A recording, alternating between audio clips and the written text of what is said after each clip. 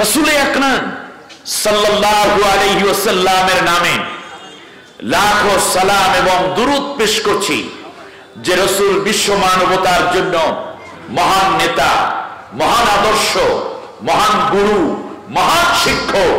কেউ যদি কাউকে ফলো করতে চায় তাহলে আল্লাহ রাব্বুল আলামিন একজনকে ফলো করার জন্য বলেছেন। আল্লাহ রাব্বুল আলামিন বলেন, লাকাদ কানা লাকুম ফি রাসূলিল্লাহি উসওয়াতুন হাসানাহ, তোমাদের জন্য অনুসরণীয়, অনুকরণীয় একমাত্র আদর্শ হচ্ছে মুহাম্মদুর রাসূলুল্লাহ সাল্লাল্লাহু আলাইহি ওয়াসাল্লাম। আল্লাহ রাব্বুল আলামিন এই নবীর অনুসরণ করা কি কোরআনের 83টি আয়াত দিয়ে ফরজ করে দিয়েছেন। আর আল্লাহ রাব্বুল আলামিন বলে দিলেন, যারা এই নবীর অনুসরণ করবেন আমি আল্লাহ রাব্বুল আলামিন তাদেরকে দ্বিগুণ রহমত দিয়ে ধন্য করে দেব। শুধু তাই নয়, পরকালে তাদের জন্য হবে জান্নাত। ইয়াসআ নূরুহুম বাইনা আইদিহিম, তাদের ডান দিকে নূর চমকাতে থাকবে, আর এই নূরের ঝলকে চোখের পলকে তারা জান্নাতে চলে যাবে। আবার জান্নাতের মধ্যে গিয়ে কাদের সাথী হবে তারা, সেই কথাও আল্লাহ রাব্বুল আলামিন বলছেন, উলাইকা আনআমাল্লাহু আলাইহিম মিনান নাবিয়্যিনা ওয়াস সিদ্দীকিন ওয়াশ শুহাদাই ওয়াস সালিহিন হাসুনা উলাইকা রাফিকা।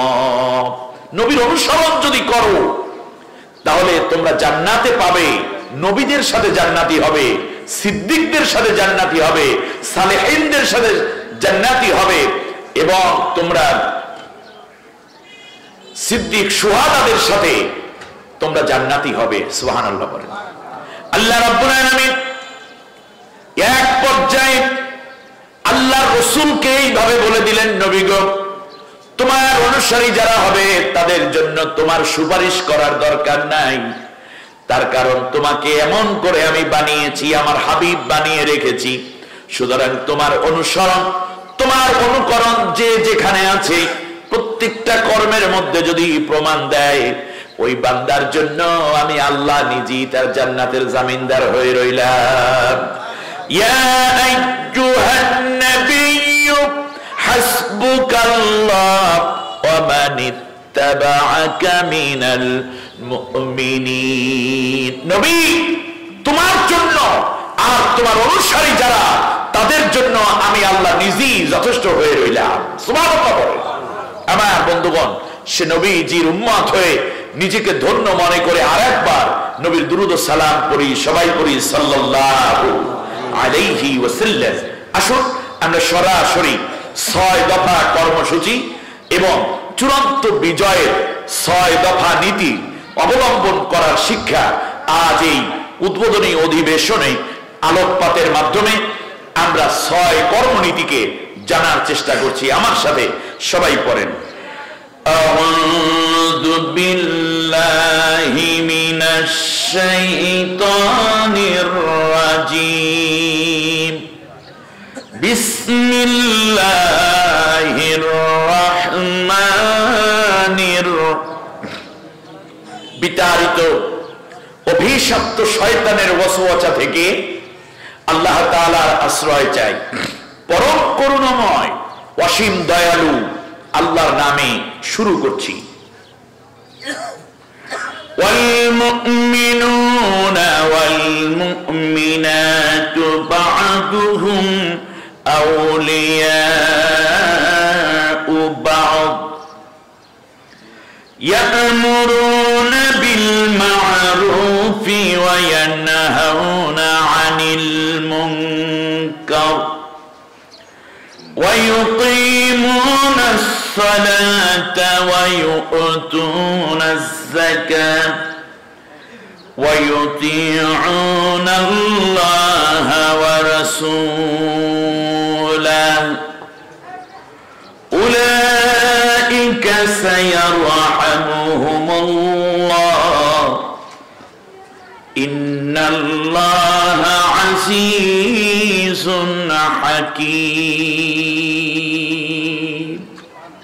আমানতু বিল্লাহ অর্থ হচ্ছে, হে তামাম বিশ্বের ইমানদার নারী পুরুষ, র্যাব হও, গোয়েন্দা হও, পুলিশ হও, চৌকিদার থেকে নিয়ে মেম্বার, চেয়ারম্যান, মেয়র, কাউন্সিলর, উপজেলা চেয়ারম্যান, ভাইস চেয়ারম্যান, এমপি, মন্ত্রী, এখান থেকে ধরে কৃষক, শ্রমিক, জনতা, শিক্ষিত, অশিক্ষিত, স্কুল, কলেজ, ইউনিভার্সিটিতে পড়ুয়া ছেলে মেয়ে, শুধু তাই না, সেই ছাত্র ছাত্রী ধরে গ্রামের কৃষক, মজুর, ভ্যান চালক, অটো, বাইক চালক, কিংবা বিমানের পাইলট অথবা বড় জাহাজের ক্যাপ্টেন, তোমাদের যে কোনো পরিচয়, পরিচিতি কর্মক্ষেত্রে থাকুক না কেন, যদি তোমাদের আরেকটি পরিচয়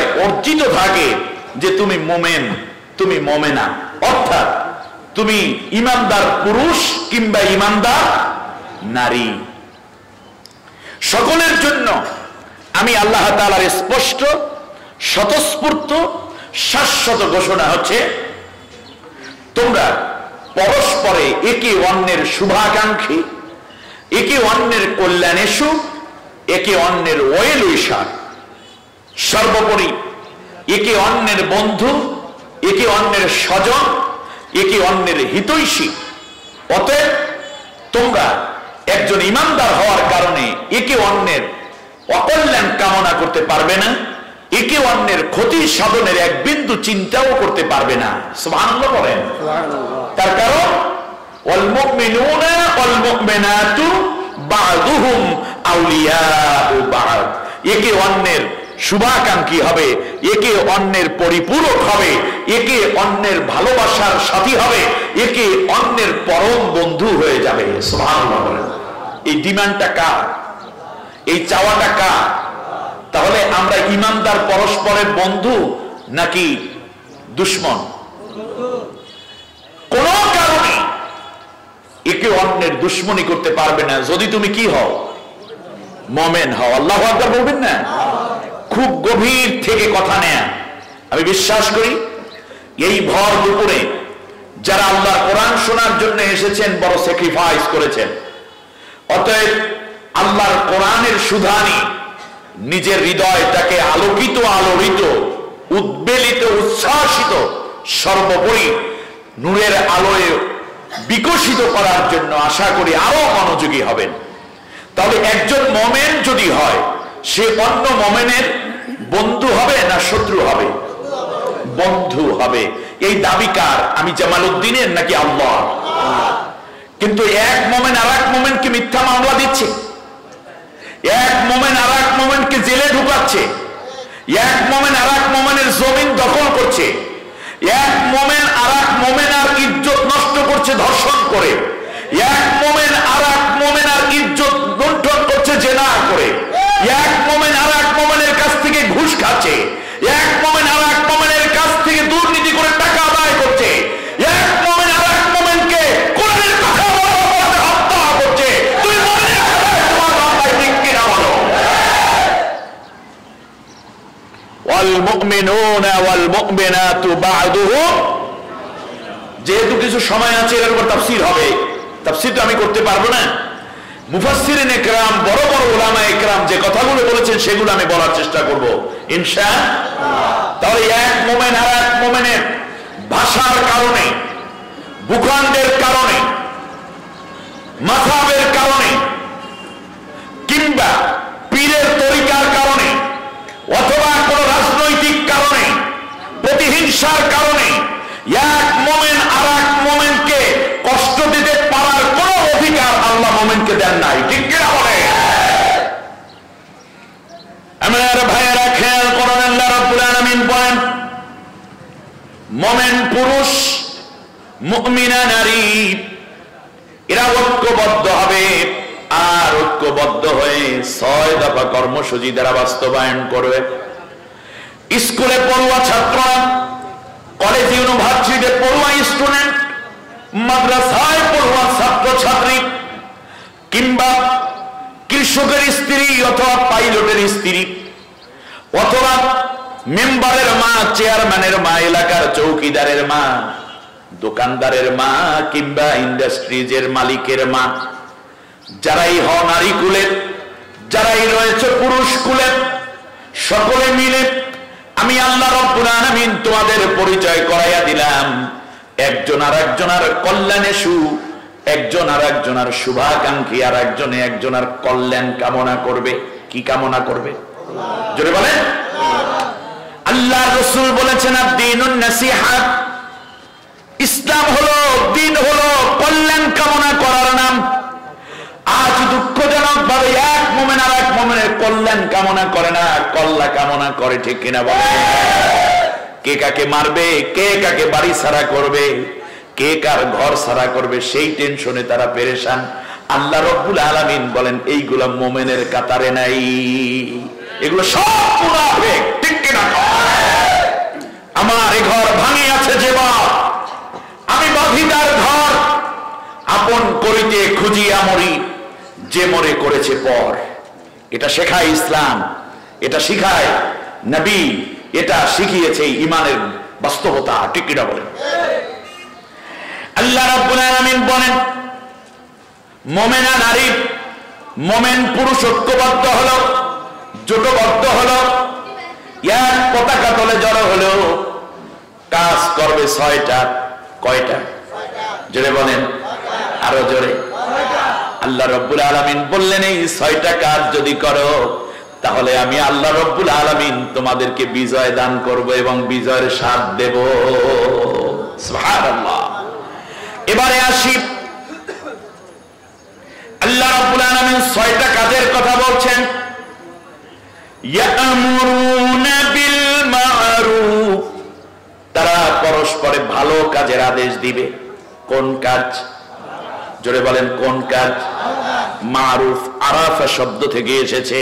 মারুফ মানে হচ্ছে যেই কাজে মানুষের উপকার হয়, যেই কাজে বিশ্ব সভ্যতার কল্যাণ হয়, যেই কাজের দ্বারা একে অন্যের মধ্যে মায়া মহাব্বত সৃষ্টি হয়, একে অন্যের নাজাতের ওসিলা হয়, একে অন্যের সুবিধা হয়, একে অন্যের মধ্যে যেন ভ্রাতৃত্ব বোধ তৈরি হয়, এই কাজগুলো করার জন্য একে অন্য যেন আল্লাহ রাব্বুল আলামিনের বান্দা বান্দিতে রূপান্তরিত হতে পারে, পরিণত হতে পারে, যেন তারা একে অন্যের এই সমাজটাকে পরিবর্তন করে দিয়ে ইসলামী সমাজ কায়েম করতে পারে। এই জন্য তারা ভালো কাজের আদেশ দিবে। কি কাজ? ভালো কাজের আদেশ। জোরে বলেন, কি কাজের আদেশ? ওয়ায়ানহাউনা আনিল মুনকার, শুধু ভালো কাজের আদেশ দিয়ে ক্ষান্ত হবে না। ওয়ায়ানহাউনা আনিল মুনকার, এবং খারাপ কাজের নিষেধ করবে। মা সন্তানকে খারাপ কাজের নিষেধ করবে। আবার বাবা যদি ঘুষখোর হয়, দুর্নীতিবাজ হয়, সন্তানেরা বাবাকেও খারাপ কাজ থেকে ফিরিয়ে রাখবে।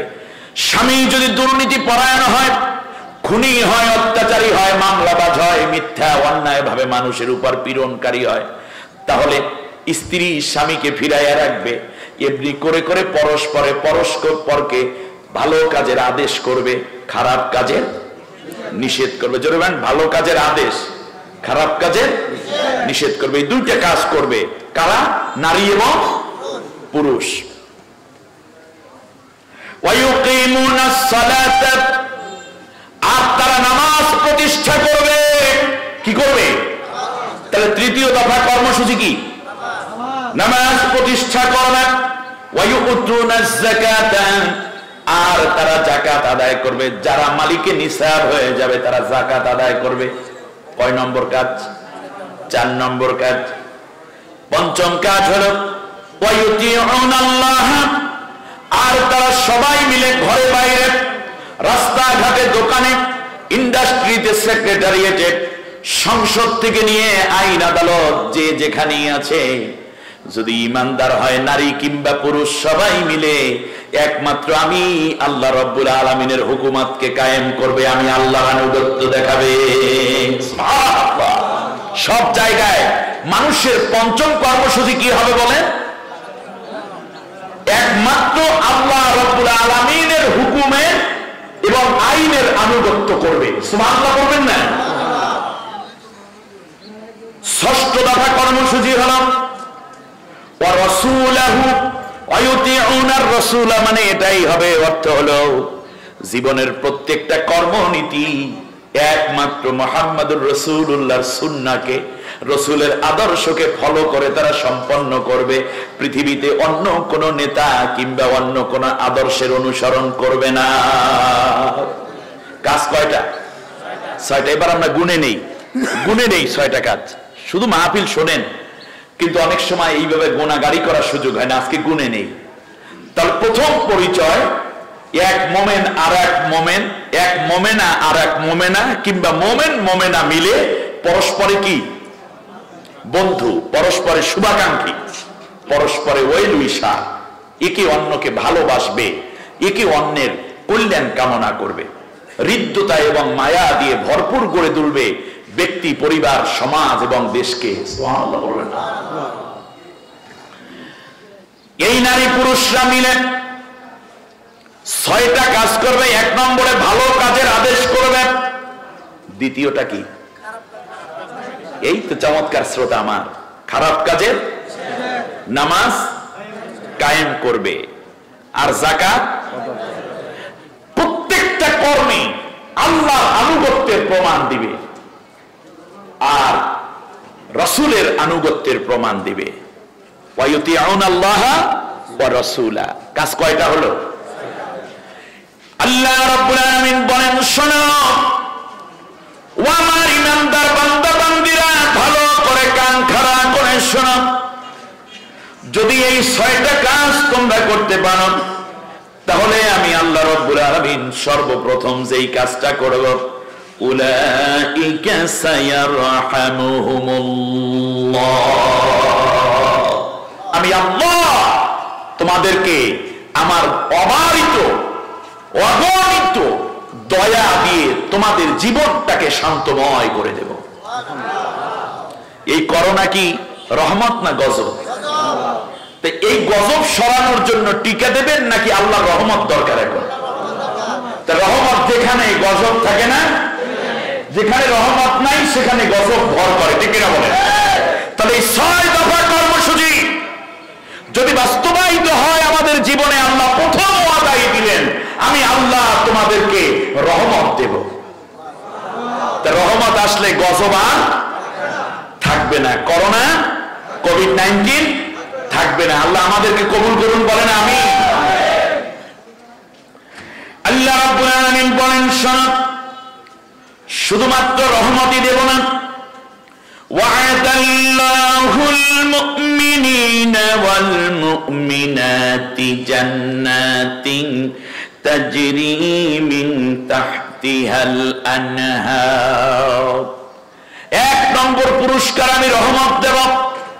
যদি এই 6টা কাজ শুরু করতে পারো তোমরা, এক নম্বরে রহমত দেব।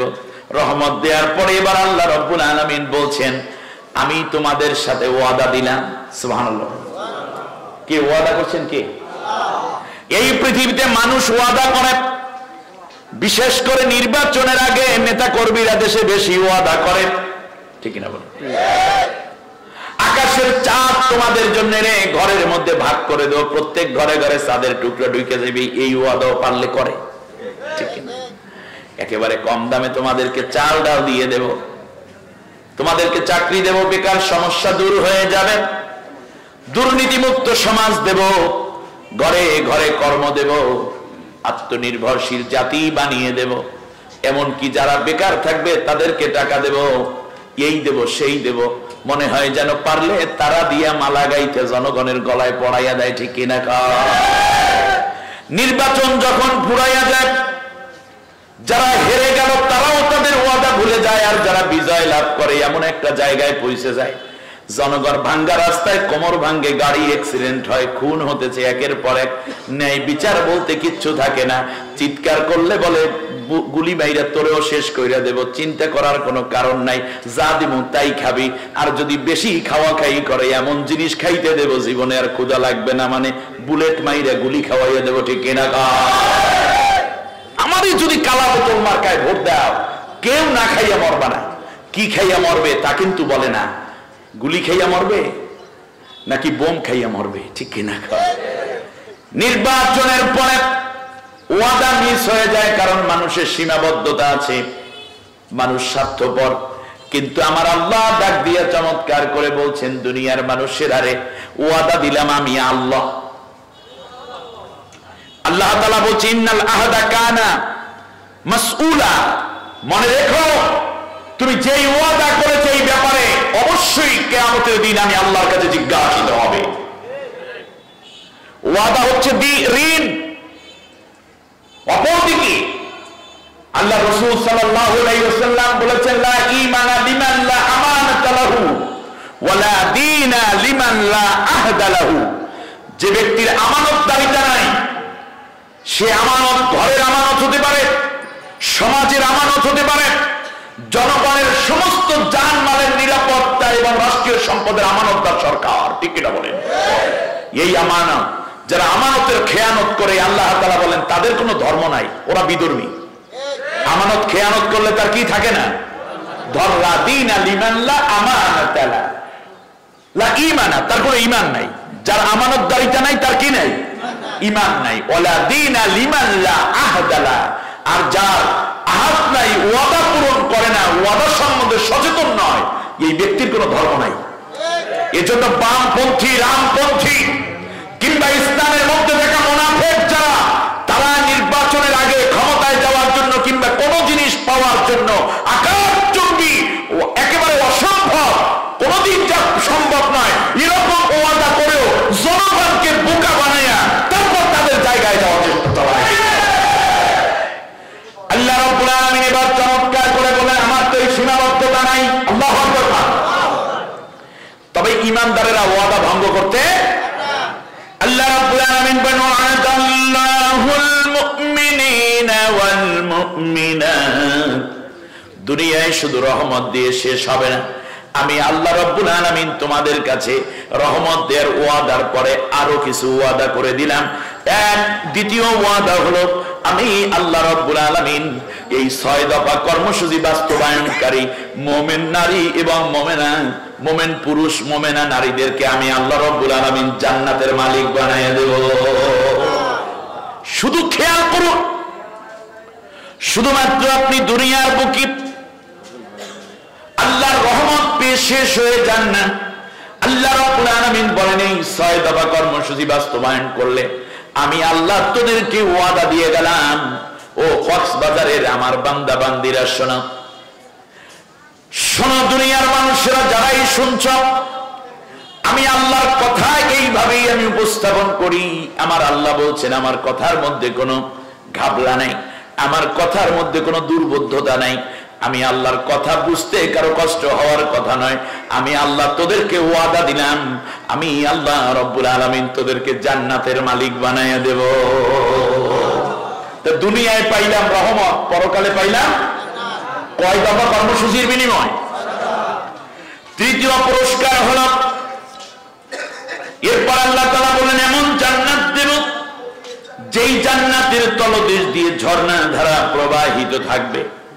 এরপর আল্লাহ তাআলা বললেন, শোন দুনিয়ার মানুষেরা, দুনিয়ার আরামায়েশ, দুনিয়ার ভোগ বিলাস, দুনিয়ার মজা এবং উপভোগ্য জায়গা, এই জায়গাটা অল্প সময় পরে ফুরিয়ে যায়, কিন্তু আমার জান্নাত এমন করে বানায়া রাখলাম, ওই জান্নাতে তোরে ঢুকানোর পরে 2 বছর, 10 বছর, 20 বছর, 100 বছর পরে কেউ তোরে আর বের করে দিবে না।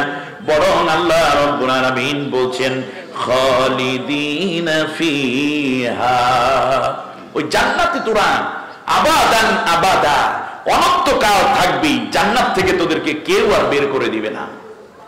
সুবহানাল্লাহ বলবেন না? এরপরে আল্লাহ রাব্বুল আলামিন বলছেন, শোন, চতুর্থ পুরস্কার হলো, ওয়ামাসাকিন তাইয়্যিবা, আমি আল্লাহ রাব্বুল আলামিন তোমাদেরকে পবিত্র রিজিক এবং পবিত্র জীবন জীবিকার ব্যবস্থা করে দেব। ওয়াদা কার? আমি যদি 6 দফা কর্ম বাস্তবায়ন করি, তাহলে আল্লাহ তাআলা বলছেন, তোর জীবন জীবিকা হবে পবিত্র, কোন হারাম জিনিস তোর ভিতরে আমি আল্লাহ দেব না। ফি নামক জান্নাতে আমি আল্লাহ রাব্বুল আলামিন তোমাকে প্রবেশ করাবো। সুবহানাল্লাহ বলবেন না? জান্নাতের নামও বলে দিলেন আল্লাহ। শ্বশুর বাড়ি যাচ্ছেন, বাবা বললেন বিয়ে শাদী করেছিস, চাকরি বাকরি, বিদেশ থেকে আসছিস, একটা গাড়ি কিনে দেই তোরে। কি গাড়ি দেবে? মোটরসাইকেল নাকি হাইয়েস নাকি অন্য কিছু না, বরং আল্লাহ রাব্বুল আলামিন স্পষ্ট করে বললেন জান্নাতটা যে আমি তোকে দেব, কোন জায়গায় দেব, কি নামে দেব, সেই জান্নাতের নামও বলে দিলাম। এরপরেও কি আপনাদের কোনো সন্দেহ আছে? যদি বলেন আছে? নাই। ফি জান্নাতি আদনিন, চতুর্থ পুরস্কার হলো আমি আল্লাহ রাব্বুল আলামিন আদ নামক জান্নাত দেব। আদ নামক জান্নাতে কারা যাবে? আল্লাহ নবী সাল্লাল্লাহু আলাইহি ওয়াসাল্লাম বলেছেন পৃথিবীর সমস্ত আম্বিয়া আলাইহিমুস সালামকে আল্লাহ যেই জান্নাত দেবেন ওটা আদ নামক জান্নাত। সুবহানাল্লাহ বলেন। পঞ্চম পুরস্কার হলো ওয়ারিদওয়ানুম মিনাল্লাহি আকবার। আল্লাহু আকবার। এরপরে আমি আল্লাহ রাব্বুল আলামিন তোমাকে দেব আমার সন্তুষ্টির মালা, তোমার গলার মধ্যে পড়াইয়া দেব। সুবহানাল্লাহ। বান্দারে তোর এমন একটা সার্টিফিকেট দিয়ে দেব, যেই সার্টিফিকেট এমন একটা মনোগ্রাম তোর নূরের পোশাকের উপরে আমি আল্লাহ এমন একটা আবা পড়াইয়া দেব, ওই আবা কেবলমাত্র আমার সন্তুষ্টি প্রাপ্তদের গায়ের মধ্যেই পরানো হবে, যা দেখে অন্য জান্নাতীরা আফসোস করে বলবে আল্লাহ জান্নাত দিলা কিন্তু ওই আবাটা তো পাইলাম না, ওই কোটিটা তো পেলাম না। অর্থাৎ এমন একটা স্মৃতি, এমন একটা নিদর্শন আমি আল্লাহ রাব্বুল আলামিন তোরে দিয়া দেব, যা দেখে বোঝা যাবে সব জান্নাতীদের মধ্যে সবচেয়ে বেশি সন্তুষ্ট আমি আল্লাহ তোদের উপরে। ক্লাসের মধ্যে অনেক ছাত্র থাকে, 100, 200, 500 ছাত্র কোন এক একটা ক্লাসে থাকে, কিন্তু ওস্তাদ দেখা যায় দুইটা ছেলে, একটা ছেলে একটু ভিন্ন মায়া করে। এটা মানবীয় দুর্বলতা, এটা ওই ছেলের অর্জন, ঠিক কিনা বলেন? তাহলে সবাই পাস করে, সবাই খাতাই ওস্তাদ দেখে, কিন্তু ডাক দিলে ওরই বারবার ডাকে। এরকম অবস্থায় এখানে ছাত্ররা পড়েছেন কিনা জীবনে? এরকম হয় না? আপনার 5 কন্যা আপনার শ্বশুরের, কিন্তু আপনাকে একটু বেশি ভালোবাসে, খাইতে গেলে শ্বশুর নিয়ে আপনাকে যায়, হজে যাবে বৃদ্ধ মানুষ, কোন জামাইকে পছন্দ করছে? না, আমার ওই মেজো জামাইকে আমি সাথে নিয়ে যাব। এটা কিসের কারণে হইল? রিদার কারণে, মানে সন্তুষ্টির কারণে হলো। আল্লাহ রাব্বুল আলামিন বললেন জান্নাতি সবাই হবে, কিন্তু এই 6 দফা কর্ম যারা করবে তাদেরকে আমি একটা স্পেশাল দয়া মায়া দিয়ে ভরপুর করে, বেশি করে তাদেরকে সন্তুষ্ট করে দেব। আল্লাহ রাব্বুল আলামিন এরপর বলেন ষষ্ঠ পুরস্কার হলো যালিকা হুয়াল ফাউজুল আযীম, এটাই চূড়ান্ত বিজয়। আমি আল্লাহ তাদের মাথার মধ্যে বিজয়ের মুকুট পরাইয়া আমার আরশের নিচে মাকামে মাহমুদ, সেই জায়গায় তাদেরকে থাকার সুযোগ করে দেব। আরেকটু আস্তে বলেন। তাহলে আসেন আমরা আবার একটু গুনে নেই। আমরা পরস্পর নারী এবং পুরুষ, মোমেন এবং মোমেনা, ইমানদার যদি হই, তাহলে আমরা পরস্পরে হিংসা বিদ্বেষ করব নাকি পরস্পরে একে অন্যের শুভাকাঙ্ক্ষী এবং বন্ধু হয়ে যাব? এই চাওয়াটা কার? আল্লাহ। গেল এক। মিলে আমরা কয় দফা কর্মসূচি বাস্তবায়ন করব? 6 দফা। 1 নম্বরে ভালো কাজের আদেশ, দ্বিতীয় খারাপ কাজের, এরপর নামাজ কায়েম, যাকাত আদায় করব, আল্লাহর হুকুমের আনুগত্য করব, রাসূলের আদর্শের আনুগত্য করব। তাহলে আল্লাহ আমাদেরকে কয়টা পুরস্কার দিবেন? 6টা পুরস্কার দিবেন। 1 নম্বর পুরস্কার কি পাবো?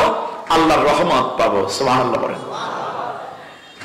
দ্বিতীয় পুরস্কার হচ্ছে আমরা জান্নাত পাবো, যার তলদেশ দিয়ে ঝর্ণা ধারা প্রবাহিত, আর অনন্তকাল সেই জান্নাতে আমরা থাকতে পারবো ইনশাআল্লাহ। তৃতীয় পুরস্কার হচ্ছে পবিত্র জীবন জীবিকা এবং রিজিকের ফয়সালা আল্লাহর তরফ থেকে আমরা পাবো। সুবহানাল্লাহ বলবেন না? এরপরে আল্লাহ রাব্বুল আলামিন চতুর্থ পুরস্কার বললেন ফি জান্নাতি আদনিন, আদ নামক জান্নাত দেব, যেই জান্নাতে নবী রাসূলরা থাকবেন। পঞ্চম পুরস্কার আমি আল্লাহ তোমাদের উপর সন্তুষ্টি দিব আকবার, এটাই হবে তোমাদের সবচেয়ে বড় পাওয়া। আর ষষ্ঠ পুরস্কার হলো আমাদেরকে আল্লাহ তাআলা চূড়ান্ত বিজয়ের মুকুট মাথায় পরাইয়া দিয়া আল্লাহ সুবহানাহু ওয়া তাআলা তার আরশের নিচে আমাদেরকে বসার সুযোগ করে দিবেন। আয়াতের সামারি একেবারে ধরে ধরে আপনাদের খেদমতে আমি বললাম। এইবার এই এর আলোকে সংক্ষিপ্ত তাফসীর করে করে হয়তো আসর পর্যন্ত হয়ে যাবে ইনশাআল্লাহ। সূরার নাম সূরা তাওবা। সূরার নাম কি? সূরা তাওবা। এই সূরাটির মধ্যে আল্লাহ সুবহানাহু ওয়া তাআলা 129টি আয়াত রেখেছেন। মদিনায় অবতীর্ণ এই সূরায় রয়েছে 16টি রুকু। সূরাটার প্রথমে বিসমিল্লাহ নাই। বিসমিল্লাহ না থাকার মৌলিক দুইটি কারণ আছে। এক নম্বর কারণ হচ্ছে আল্লাহ রাব্বুল আলামিন এই সূরাটা খুব রাগের সাথে নাজিল করেছেন। বারাআতুম মিনাল্লাহি ওয়া রাসূলিহি ইলাল্লাযীনা আহাদতুম মিনাল মুশরিকিন। মূর্তি পূজারী, চন্দ্র সূর্যের পূজারী কিংবা কোন দেবদেবীর পূজারী, মানুষের দেহ অবয়ব কিংবা ভূত শয়তানের দেহ অবয়ব বানাইয়া সেইটাকে অর্ঘ্য দেয়া, ফুল দেয়া, মাথা নিচু করে পূজা করা, এই শ্রেণীর মানুষ যারা, তাদের উপর আল্লাহ ভীষণ ক্ষিপ্ত, রাগান্বিত, কারণ তাদের জন্য বেহেশত হারাম। আল্লাহ রাব্বুল আলামিন বলছেন ওমাই ইউশরিক, আল্লাহ তাআলা বলেন ইন্নাল্লাহা লা ইয়াগফিরু আইয়ুশরাকা বিহি ওয়া ইয়াগফিরু মা দুনা যালিকা লিমান ইয়াশা। আমি আল্লাহ শিরকের গুনাহ মাফ করব না, এছাড়া অন্য যে কোনো গুনাহ চাইলে আমি আল্লাহ মাফ করে দেব।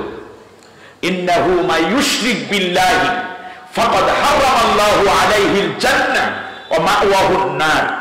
মনে রেখো, শিরক যারা করবে, আমি আল্লাহ তাআলার কাছে সাথে যারা অংশীদারিত্ব স্থাপন করবে, আমি আল্লাহ তাদের জন্য জান্নাতকে হারাম করে দিয়েছি, আর তাদের একমাত্র জায়গা হচ্ছে জাহান্নাম।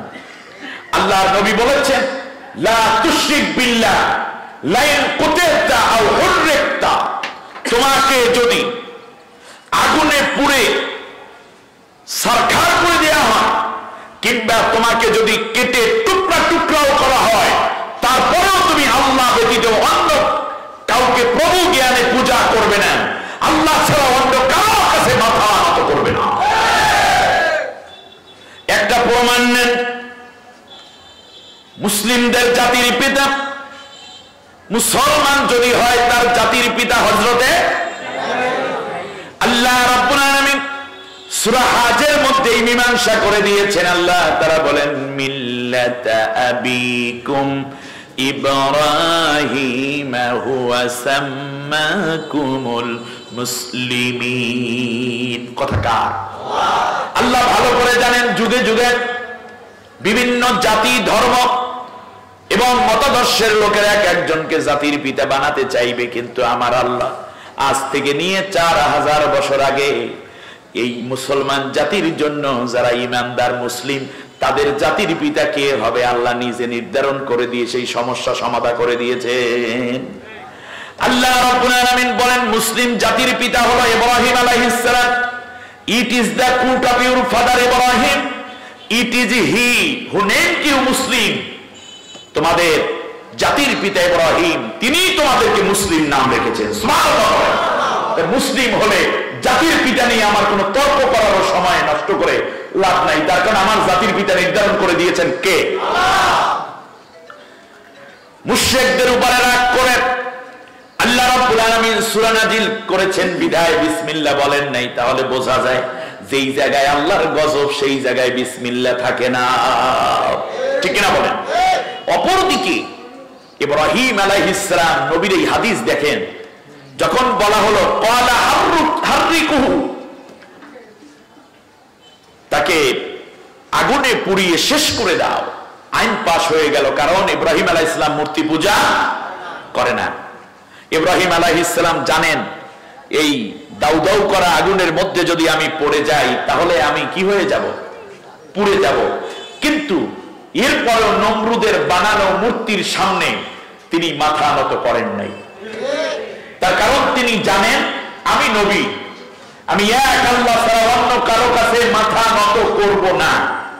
হোক না সে নমরুদ আমার সামনে মূর্তি রেখে বলছে এইটাকে পূজা করো, তাহলে তুমি আমার দলের লোক বলে বিবেচিত হবা, আর এইটা না করলে আমি তোমাকে আগুনে পুড়িয়ে দেব। ইব্রাহিম আলাইহিস সালাম বললেন আমি আগুনে পুড়ে মরে যাব, কিন্তু এরপরেও আমি কশিনকালেও মাথা নত করে তোমার মূর্তির সামনে সিজদা দেব না। তার কারণ আমার সিজদা হওয়ার, আমার আনুগত্য হওয়ার একমাত্র অধিকার আমার আল্লাহ। সামনে আগুন দাউ দাউ করে জ্বলছে, চরক বানানো হলো, রশি ধরে ধরে টানতেছে নমরুদের সৈন্যবাহিনী। আহারে, ইব্রাহিম খলিলুল্লাহ আলাইহিস সালাম খানিকটা উপরে উঠে আসতেছেন, কিন্তু ওরা টেনে টুনে পারে না। হঠাৎ করে ইবলিস হাজির। ইবলিস আইসা বলতেছে কিয়ামত পর্যন্ত যদি টানো, এখানেই ইব্রাহিমকে আগুনের মধ্যে ফেলে দেয়া সম্ভব হবে না। তার কারণ রহমতের ফেরেশতারা হযরতে ইব্রাহিম খলিলুল্লাহর তখ্তকে চেপে ধরে রেখেছে। নমরুদ বলল দাদা সমস্যার কথা বললা, সমাধান কি হবে সেইটাও জানাই দাও। নমরুদ বলল চিন্তা করিস না, এলাকার মধ্যে, নগরীর মধ্যে, রাজধানীর মধ্যে সুন্দরী নারী মিলা, সুদর্শন যুবক মিলা, অবিবাহিতা নারী, অবিবাহিতা যুবতী, অপরদিকে যুবকদেরকে ঐক্যবদ্ধ করো, 100 জোগাড় করো, 100টা ছেলে জোগাড় করো, 100টা যুবতী জোগাড় করো, যুবক যুবতী মিলাইয়া 3 দিন 3 রাত পর্যন্ত ওই চত্বরের মধ্যে নাচানাচি করবে, গাওয়াগাই করবে, খাওয়ন দাওয়ন দেবা রাষ্ট্রীয় ভাবে। এরপরে তারা স্লোগান দিতে থাকবে নমরুদকে মারতে চাই, নমরুদকে আগুনে পোড়াইয়া দিতে চাই। ছেলে এবং মেয়ে, যুবক যুবতী যখন অবিবাহিতা, এরা যখন পরস্পরে হাত ধরে ধরে আমার ইব্রাহিম আল্লাহর ইব্রাহিমের বিরুদ্ধে স্লোগান দেবে। আসলে স্লোগান থাকবে মুখে, কিন্তু অন্তরে থাকবে ওদের ভিন্ন টেনশন। রাত যখন গভীর হয়ে যাবে, এক পর্যায়ে ওরা মিলিত হয়ে যাবে, এক পর্যায়ে জেনা ব্যভিচারে লিপ্ত হয়ে যাবে। জেনা করা এই যুবক যুবতী গুলা যখন পরবর্তীতে গোসল ছাড়া, গোসলের কোনো পরিবেশ থাকবে না, খাওয়ার ব্যবস্থা থাকবে, একটু ঘুমের ব্যবস্থা থাকবে 3 দিন 3 রাত, কিন্তু কশিনকালেও গোসলের ব্যবস্থা রাখতে পারবে না। যা করে ওরা করুক, ওরা সরকারি লোক হয়ে যাবে। এরপরে জেনা ব্যভিচার করে যখন নাপাক অবস্থায় রশিটা ধরবে, তখন রহমতের ফেরেশতারা চলে যাবে। কারণ যেই এলাকায় জেনাকার থাকে, যেখানে জেনা অবাধ হয়ে যায়, সেখানে আল্লাহর রহমত থাকে না। জেনা করা নাপাক অবস্থায় যখন 3 দিন পরে রশি ধরলো, ইব্রাহিম আলাইহিস সালামের সাহায্যকারী ফেরেশতারা চলে যাচ্ছে, আর রশি উপরের দিকে উঠতে আছে। ইব্রাহিম আলাইহিস সালামকে আগুনের মধ্যে ফালাইয়া দিয়েছে। দেখতে দেখতে ইব্রাহিম আলাইহিস সালাম নিচের দিকে তাকাইয়া দেখে নিজের জন্মদাতা পিতাও রশি ধইরা টানে। তার কারণ নমরুদের ধর্মমন্ত্রী ছিল হযরতে ইব্রাহিম আলাইহিস সালামের বাবা আজর। রাজনীতি এমন এক জিনিস, পদ এবং পদবি এমন এক জিনিস, নিজের সন্তানকে মাইরা হইল সেখানে থাকতে চায়, ঠিক কিনা? এত সহজ। ইব্রাহিম আলাইহিস সালাম বুঝতে পারলেন আগুনের মধ্যে আমি পড়ে যাব। তিনি কি শিরক করেছিলেন? জয় বলো। শিরক করে নাই। আজ সেই ইব্রাহিমের সন্তানেরা মূর্তি মাথায় নিয়ে দৌড়ায়, আর মূর্তিগুলোকে রক্ষা করার জন্য আলেম ওলামাদের বিরুদ্ধে গালিগালাজ করে। কি আজীব তুমি! ইব্রাহিম খলিলুল্লাহ আলাইহিস সালামকে আগুনের মধ্যে ফেলে দেয়া হলো।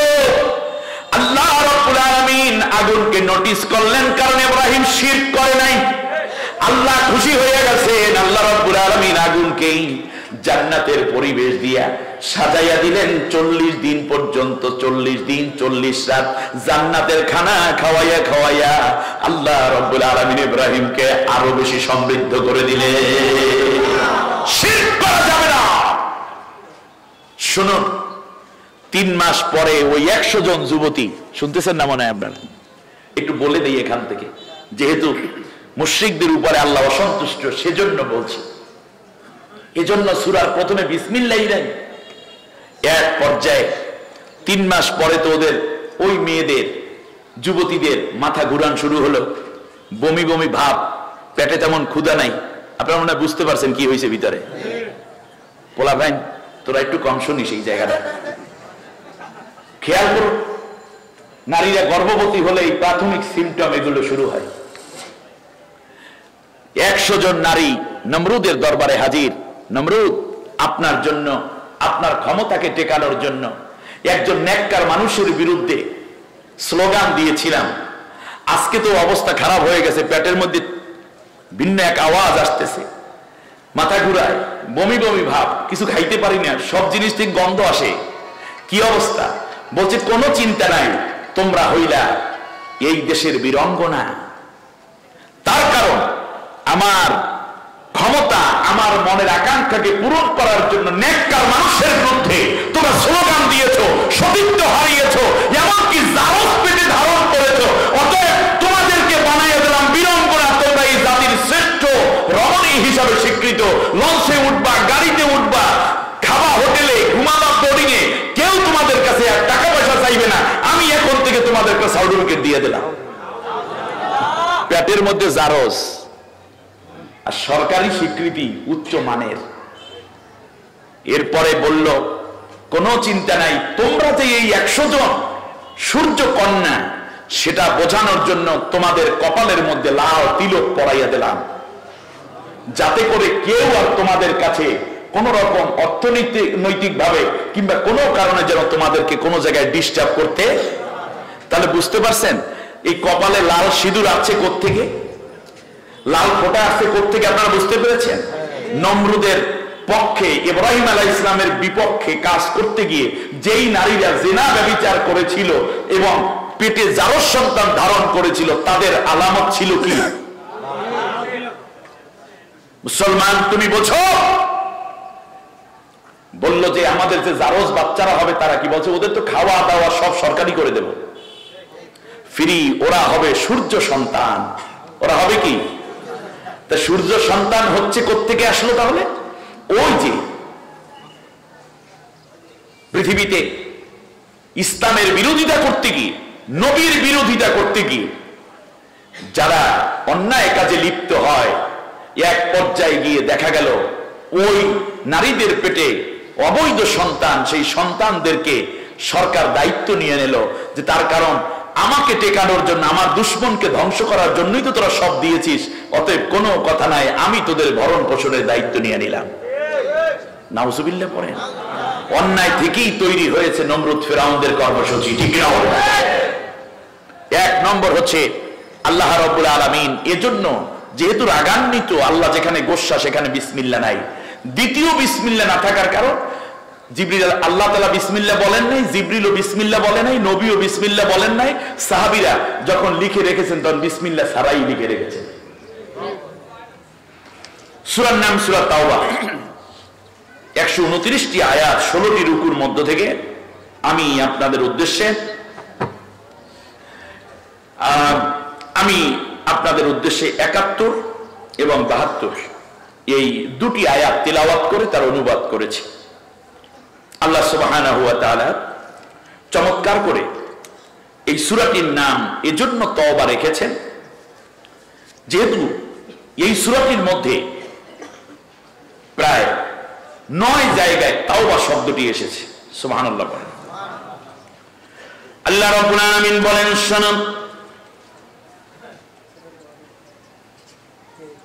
শোনো দুনিয়ার মানুষেরা,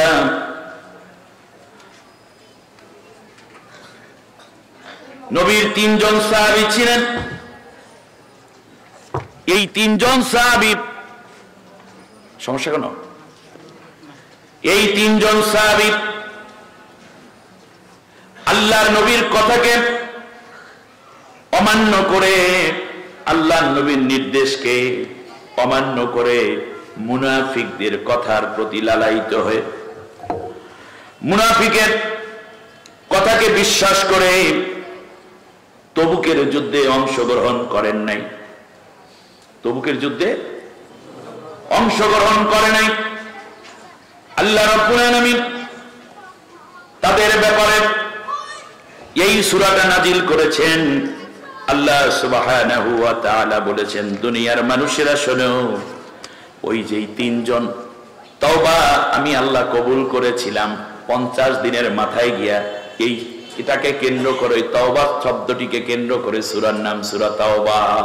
তাসমিয়াতু কুল বিইসমিল জুজ, এই থিওরিতে তিনজন সাহাবীর ব্যাপারে আল্লাহ রাব্বুল আলামিন বলেন, ওয়া আলাস সালাসাতিল্লাযীনা খুলিফু হাত্তা ইযা দাকাত আলাইহিমুল আরদু বিমা রাহুবাত ওয়া দাকাত আলাইহিম আনফুসুহুম ওয়া জান্নু আল্লা মালজাআ মিনাল্লাহি ইল্লা ইলাইহি ثم تاب عليهم ليتوبوا إن الله هو التواب الرحيم سبحان الله। তাহলে আমরা জানলাম তিনজন সাহাবী এবং তাদের তওবা কবুল হয়েছে, এজন্য সূরার নাম রাখা হয়েছে সূরাতুত তাওবা। আমার কথা আপনারা বুঝতে পেরেছেন? কি ঘটনার প্রেক্ষাপটে এই সূরাটা নাজিল হয়? সূরাটাকে মৌলিকভাবে তিনটা ভাগে ভাগ করা হয়েছে। এত বিস্তারিত না বলে আমি শুধু এই জায়গাটায় কথা বলতে চাই। নবীর তিনজন সাহাবী, আল্লাহর নবী তবুকের যুদ্ধে রওনা করবেন, সাহাবীদেরকে ডাক দিলেন, সাহাবীরা সবাই প্রস্তুতি নিয়ে ফেলল। মুনাফিকরা কোনোদিন আল্লাহর দ্বীন কায়েমের জন্য ময়দানে থাকে না, শুধু মুজাহিদদের সমালোচনা করে, ঠিক কিনা? একদল মানুষ আছে শহীদি কাফেলা, যারা এই জমিনে আল্লাহর কোরআনের রাজ কায়েম করার জন্য দিন রাত জীবন বাজি রেখে লড়ছে, তাদের শুধু ভুল ধরতে চায়, তাদের বিরুদ্ধে ফতোয়া দেয়, ঠিক কিনা? এটা মুনাফিকের আমল। হাজারটা মামলা, ঘর বাড়ি ছাড়া, সন্তান কবে মায়ের কাছ থেকে বিদায় নিয়ে গেছে, ঈদ আসে সন্তান আসে না, স্বামী চলে গেছে, কিডন্যাপ হয়ে গেছে, পরবর্তীতে আসবে এরকম কোনো আলামত নেই। আর নিজের বাড়িতে নিজের ঘরে শুধু থাকতে পারে না, এটাই নয়, বরং ঈদের দিনে মায়ের সাথে, বৃদ্ধা মায়ের সাথে একটু দেখা করতে আসবে, এই সুযোগটুকু পর্যন্ত নাই। এমনকি বাবার জানাজায় পর্যন্ত আসতে পারে না, মামলা দিয়ে এমন ভাবে রেখেছে, ঠিক কিনা? এত নির্যাতন, এত কষ্টের পরেও একদল মানুষ দেখবেন এইরকম না কইরে এইভাবে গেলে ভালো হতো, এই লোকটা কিন্তু আসলে কোরআনের পক্ষের লোক না, এটা দুষ্ট লোক, ঠিক কিনা? ইমানের নাম ধইরা ইমানের ভেজাল্লা কাম করার জন্য সে মাস্টারি করে। ইসলাম গ্রহণ করছি ভালো কথা, নামাজ পড়ি, রোজা রাখি, এই মারামারি কাটাকাটি এইটা ভালো লাগে না। কি দরকার আছে? তুমিও ঠান্ডা মানুষ, শান্ত মানুষ, অতএব আমাদেরকে একটু ছুটি দাও। আল্লাহ নবী বললেন, আমি ছুটি দিতে পারবো না, তোমাদের ইচ্ছা, গেলে যাও, না গেলে না যাও। কারণ যুদ্ধ আমি মুহাম্মদুর রাসূলুল্লাহ ফরজ করি নাই, যুদ্ধ ফরজ করেছে আল্লাহ। যে আল্লাহ নামাজ ফরজ করেছেন সেই আল্লাহই যুদ্ধ, সেই আল্লাহ ইসলামী হুকুমত কায়েমের আন্দোলনকে মানজিল মকসুদে পৌঁছানোর চেষ্টা তথা মুজাহিদাকে, জিহাদকে আল্লাহই ফরজ করেছেন। আমি আল্লাহর আদেশকে অমান্য করতে পারবো না, তোমরা গেলে যাও, না গেলে না যাও। ইমানদার বান্দা সাহাবীরা হাজির হয়ে গেছে, কিন্তু মুনাফিকদের এই 20 বায়ুর মধ্যে পড়ে গেছে তিনজন জলিলুল কদর সাহাবী, কাব বিন মালিক, হেলাল ইবনে উমাইয়া, মারারা ইবনে রাবি। সুবহানাল্লাহ। আল্লাহর রাসূল এই যুদ্ধে বিজয় অর্জন করলেন। সংক্ষিপ্ত ঘটনা বলি, আল্লাহর রাসূল এই যুদ্ধে বিজয় অর্জন করলেন। মসজিদে নববীর সামনে আল্লাহর নবী গনিমতের মালামাল নিয়ে হাজির। সুবহানাল্লাহ করেন। মুনাফিকরা যুদ্ধে না গেলেও গনিমতের মাল পাওয়ার জন্য হাজির হয়ে যেত। আল্লাহর নবীর এই তিনজন সাহাবীও হাজির। আল্লাহ রাসূল সাল্লাল্লাহু আলাইহি ওয়াসাল্লাম শুনতে পাইলেন কাব বিন মালিক, হেলাল ইবনে উমাইয়া, মারারা ইবনে রবি, তিনজন এসে আল্লাহর রাসূলকে বলতেছেন, ইয়া রাসূলুল্লাহ, আমরা যে যাই নাই এটা আমাদের কোনো দোষের কারণে না, আমাদের কোনো অজুহাত ছিল না, মুনাফিকরা আমাদেরকে ভিন্নভাবে বুঝাইছে, এই জন্য আমরা যাই নাই, ওদের ওয়াসওয়াসায় পড়ে গেছি, ওদের ওয়াসওয়াসায় পড়ে গেছি, যার কারণে আমরা আল্লাহর দ্বীন প্রতিষ্ঠার জন্য বাতিলের মোকাবেলায় লড়াইতে যাই নাই, আমাদেরকে মাফ করে দেন। খুব আয়াত সূরা বাকারা, যেই কোরআনের মধ্যে রোজাকে ফরজ করা হয়েছে, সেই কোরআনের মধ্যে বাতিলের মোকাবেলায় যারা আল্লাহর কোরআনকে পরাজিত করে রাখতে চায়, যারা এই দিনকে গোলাম বানায় রাখতে চায়, ইসলামকে যারা পরাজিত করে রাখতে চায়, তাদের মোকাবেলায় প্রয়োজনে যুদ্ধ করে অস্ত্র ধরে বিজয় কিংবা শহীদ হওয়ার নির্দেশ আমি দেই নাই, আমার আল্লাহ দিয়েছে। তোমরা আমার হুকুম লঙ্ঘন করো নাই, আল্লাহর হুকুম তথা ফরজকে তোমরা তরক করেছো। যতক্ষণ আল্লাহ রাব্বুল আলামিন এই ব্যাপারে কথা না বলেন, ততক্ষণ পর্যন্ত আমি তোমাদেরকে কোনো কথা বলতে পারি না। আল্লাহু আকবার। জালিলুল কদর সাহাবী তিনজন সাহাবী কিছু না বলি আলাদা হয়ে গেলেন। আল্লাহর নবী বললেন, তোমরা এই মজলিস থেকে চলে যাও। কয়জনকে? যারা এইরকম বাগাওয়াতি করেছে, মুনাফিকি করেছে, তাদের ব্যাপারে নবী কথা বলছেন না, কিন্তু কথা বলছেন যাদের অনুভূতি আছে, যারা বুঝতে পেরেছে। কাব বিন মালিক, হিলাল ইবনে উমাইয়া, মারারা ইবনে রাবি রাদিয়াল্লাহু আনহু, তাদের নামাজ ছিল, রোজা ছিল, তাকওয়া ছিল, তারা এর আগে অন্যান্য যুদ্ধেও অংশগ্রহণ করেছে, নবীর পূর্ণ অনুসারী। কিন্তু দেখতেছে এই তবুকের যুদ্ধে অংশগ্রহণ না করার ফলে আমার নামাজও বাতিল হয়ে যাচ্ছে, রোজাও বাতিল হয়ে যাচ্ছে, তাহাজ্জুদ বাতিল হয়ে যাচ্ছে, বড় জামা বাতিল হয়ে যাচ্ছে, পাগড়ি বাতিল হয়ে যাচ্ছে, জিকির বাতিল হয়ে যাচ্ছে, আমি জাহান্নামী হয়ে যাচ্ছি। এই জাহান্নাম থেকে কেমনে বাঁচবো? এই জন্য নবীর কাছে এসে বাঁচার রাস্তা তালাশ করতেছে। বেশি বুঝছেন না? যেহেতু আমার আলোচ্য বিষয় ওই দিকে আজকে আমি যাব না, কিন্তু কোনোদিন সুযোগ থাকলে প্রয়োজনে এই প্রসঙ্গে আবার বলবো। আজকের শুধু এতটুকু বুঝি, আল্লাহর নবীর 3 সাহাবী বুঝলেন যে যদি শুধু নামাজ এবং রোজা, হজ আর যাকাত দিয়ে জান্নাতে যাওয়া যাইতো, তাহলে আল্লাহর নবীর কাছে মাপ চাইতে তারা আসতো না। তারা বুঝতে পেরেছে সব বাতিল হয়ে যাবে। একান্তে দ্বীনের এই কাজকে তারা দাবি বুঝতে পেরেছেন, এর স্পিড বুঝতে পেরেছেন, বাস্তবতা উপলব্ধি করতে পেরেছেন।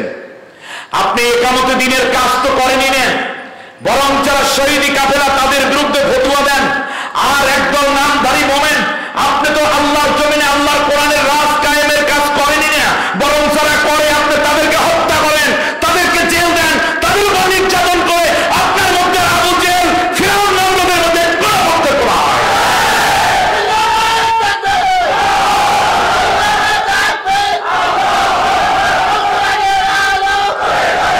এবার শুনুন,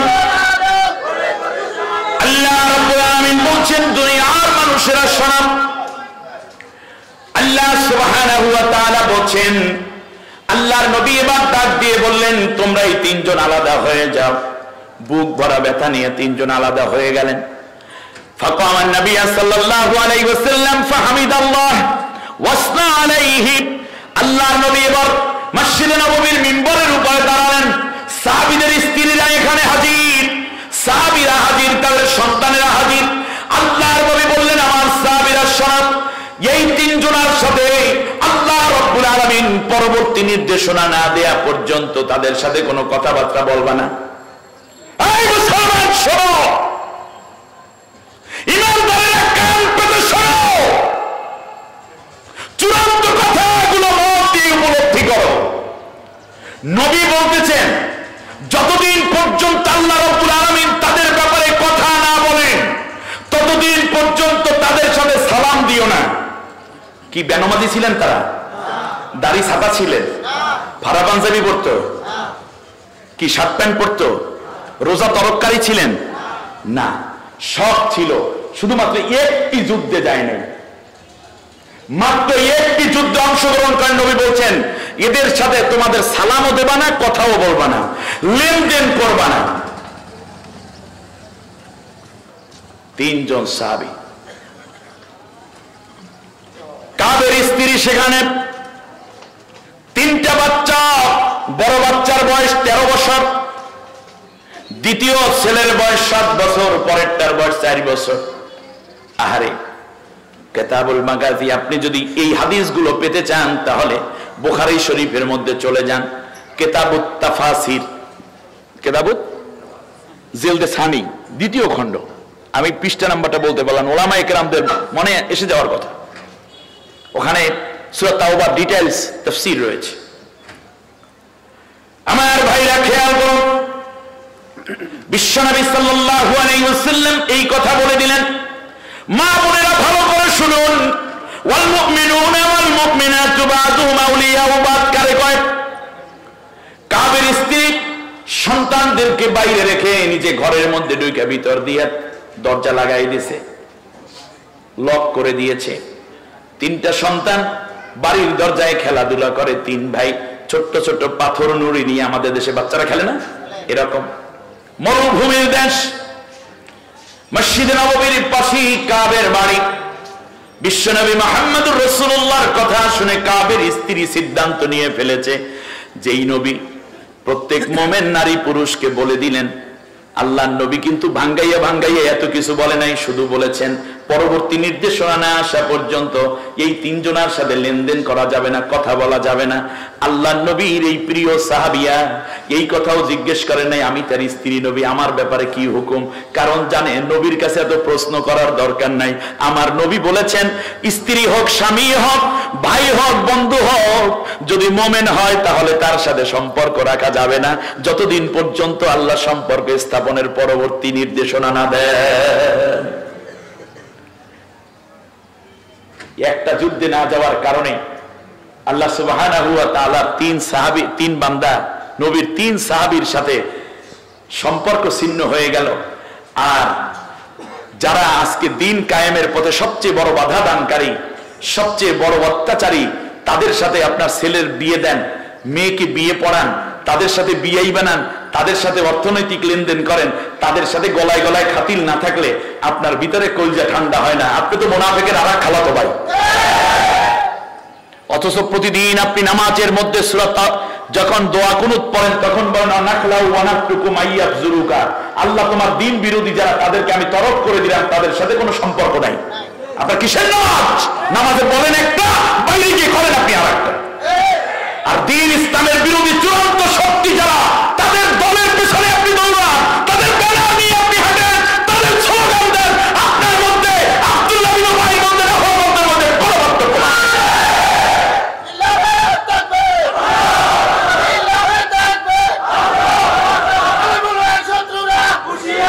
আল্লাহ রাব্বুল আলামিনের হাবিব ঘোষণা করে দিলেন, কাব আস্তে আস্তে করে বাড়িতে চলে গেল, গিয়ে দরজার মধ্যে নক করেছে। দরজা তো লক আপ করা, ভেতর থেকে স্ত্রী বললেন, প্রাণের স্বামী, দীর্ঘ 21টা বছর পর্যন্ত আপনার সাথে ঘর করলাম, কিন্তু এখন আর নবীর পরবর্তী নির্দেশনা ছাড়া আপনার সাথে আমার কোনো সম্পর্ক স্থাপিত হবে না। 3টা সন্তান আল্লাহ আপনার ঔরস থেকে দিয়েছেন, আপনার সন্তান আপনার কাছে থাকবে নাকি আমার কাছে থাকবে এটাও আপনি আজকে সিদ্ধান্ত নিতে পারেন। তার কারণ আল্লাহ নবী বলেছেন আপনার সাথে কোনো ইমানদারের কথাবার্তা হবে না, লেনদেন হবে না। এই কথা আপনি জানেন না, শুধু জানানোর জন্য আমি আপনাকে বললাম। এই কথাটুকু শুধু রাখলাম বলার জন্য, জানানোর জন্য, নোটিশটা পড়ে শুনাইয়া দিলাম। আপনি ইচ্ছে করলে আপনার ঘরের মধ্যে আপনি প্রবেশ করতে পারেন, আপনি এটা আপনার ঘর, আপনি যদি ঘরের মধ্যে প্রবেশ করেন পিছনের দরজা দিয়ে আমি আমার বাবার বাড়ি চলে যাব। তার কারণ নবী যার সাথে সম্পর্ক ছিন্ন করতে বলেছেন আমি তার সাথে সম্পর্ক রাইখা নিজের ইমানদারে খুয়াইয়া জাহান্নামী হতে পারবো না। ইসলাম বোঝো, খেলা পেয়েছো তুমি, শুধুমাত্র প্রতিহিংসার কারণে আল্লাহর কোরআনের সাথীদেরকে হত্যা করছো, নির্যাতন করছো, মামলা দিচ্ছ। কিয়ামতের ময়দানে তোমার দেয়া মামলাটা ওই আল্লাহর কোরআনের সাথীর নাজাতের দলিল হবে, আর তোমার দেয়া মামলাটাই ওই কপিটাই তোমার হাতে ধরাইয়া দিয়া ইসলামের চূড়ান্ত দুশমন হিসেবে তোমার জন্য জাহান্নামে হবে।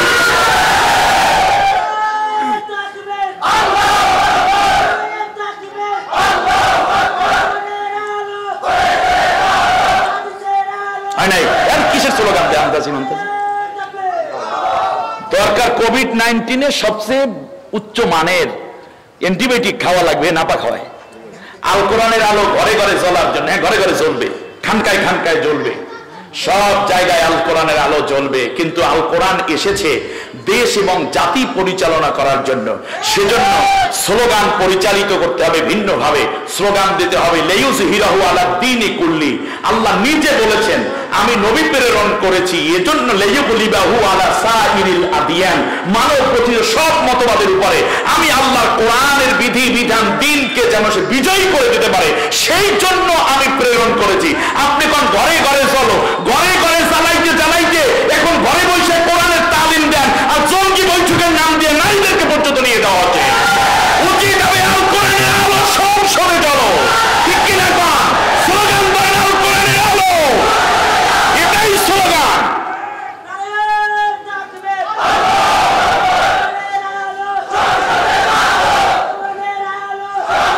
শুনুন, কাবের স্ত্রী, কাব বিন মালিকের স্ত্রী বললেন আপনি যদি ঘরের মধ্যে ঢুকে পড়েন এটা আপনার ঘর, আমি পেছন দিক থেকে বেরোয় চলে যাব, কারণ নবীজি বলেছেন সম্পর্ক করা যাবে না, সালাম কালাম থাকবে না। অতএব আপনি সিদ্ধান্ত নিতে পারেন।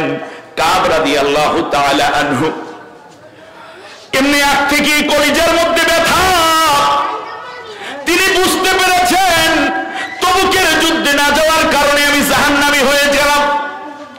আর একজন সাহাবী বুঝতে পারে নবীর পেছনে নামাজ পড়ে, নবীর চেহারা মোবারক দেখে, তাহাজ্জুদ পড়ে নবীর সাথে, রোজা করে নবীর সাথে, হজ করে নবীর সাথে, নবীর সাথে দাওয়াতে যায়, নবীর সাথে হিজরত করে। এই মানের একজন সাহাবী শুধু একটা মাত্র যুদ্ধে অংশগ্রহণ না করার কারণে বুঝতে পারছে আমার জিন্দেগির সব আমল বাদ হয়ে গেছে, নিজে কান্নায় অস্থির হয়ে গেল। আর আজকে আল্লাহর কোরআনের বিরোধিতা করে, আল্লাহর দ্বীন প্রতিষ্ঠার আন্দোলনের বিরুদ্ধে হাজার রকমের আইন করে ব্যান করে দেওয়ার ষড়যন্ত্র করার পরেও কেউ যদি মনে করে আমি মুসলমান আছি, এর চাইতে বড় পাগল দুনিয়ায় আর হতে পারে না। আল্লাহ নবীর সাহাবী স্ত্রীর কাছে বললেন, প্রাণের স্ত্রী আমার জন্য দোয়া করো, আল্লাহ যেন আমাকে মাফ করে দেন। রওনা করলেন বাড়ির দরজায়। 12 বছর, 7 বছর এবং 4 বছরের 3 শিশু খেলতেছে, আরো কিছু বাচ্চা আছে। দূরে কোথাও যখন যায় বাবা সন্তানকে একটু আদর করে কোলের মধ্যে নিতে চায়, বিদায় দিতে চায়, ঠিক কিনা বলে? সন্তান কি 3 সন্তান কি কাছে টেনে আদর করে শেষ কথাটা বলতে চাইলেন, বললেন বাবারে আমার কাছে একটু আদর করে, ছোট বাচ্চাটা কোলে উঠাইবে বলে আবেগ দেখালেন। 3 বাচ্চা হাতের মধ্যে রাখা ছোট ছোট পাথরের নুড়িগুলো পিছনের দিক থেকে ফিরা উপর উল্টা বিলে দৌড়াই আর বলে আব্বু গো আপনার জায়গায় আপনি চলে যান, যতদিন বিশ্বনবী মুহাম্মদুর রাসূলুল্লাহ সাল্লাল্লাহু আলাইহি ওয়াসাল্লাম না বলবেন ততদিন আর আপনার কোলে উঠবো না, আপনার আদর নেব না।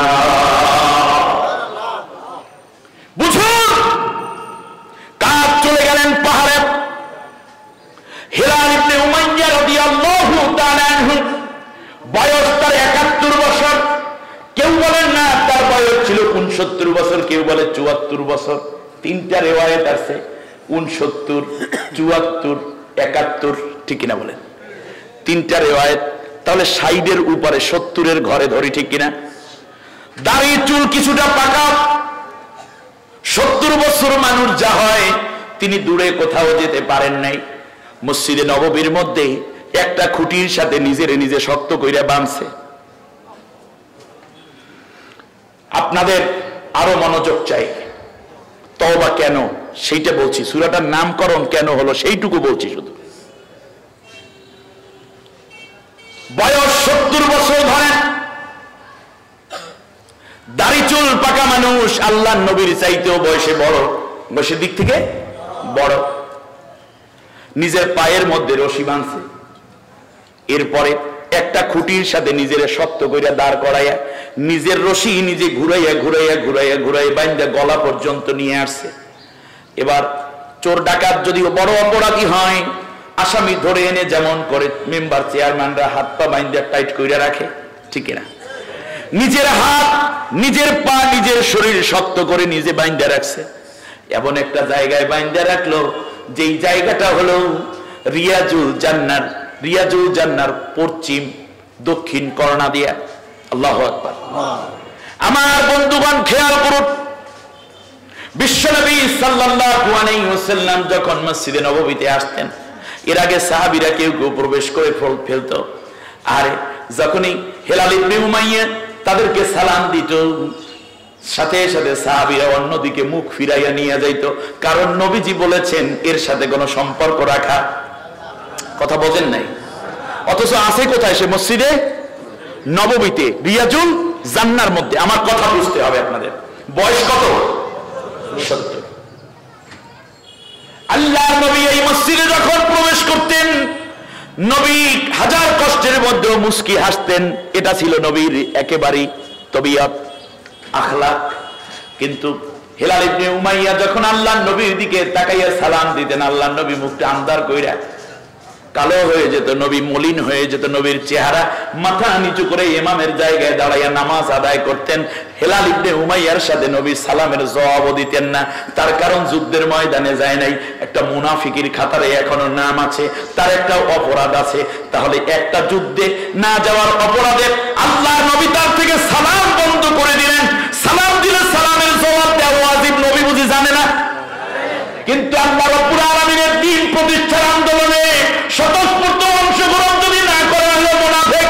ইন্নাল মুনাফিকিনা লাকাযিবুন, মুনাফিকরা হইল চরম মিথ্যাবাদী।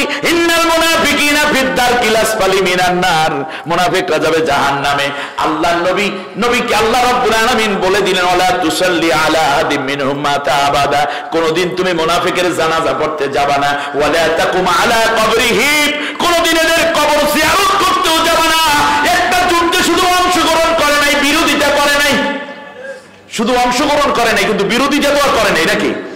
ষড়যন্ত্র করছে কিছু না, বলছে ভাই যাব না। মুনাফিকদের কথার তালে পড়ে বললো আমি যাব না। শুধু না যাওয়ার অপরাধে ঘর ছাড়া হলো, বাড়ি ছাড়া হলো। নিজের অপরাধকে নিজের সংশোধনের জন্য আল্লাহর কাছে কিভাবে ইসলাহিয়াত পেশ করলেন। আল্লাহর নবী তার সালামের জবাব দেয় না, আল্লাহর নবী তার চেহারার দিকে ফিরে তাকান না। অথচ আপনি আল্লাহর দ্বীন কায়েমের পথে শুধুমাত্র অনিয়া প্রকাশ করেন নাই, বরং যারা দ্বীন কায়েম করে আপনি তাদেরকে হত্যা করে উল্লঙ্ঘন করেন। তারপরেও কোনো মুমিনের সম্পর্ক ওই জালেমদের সাথে থাকতে পারে না, পারে না।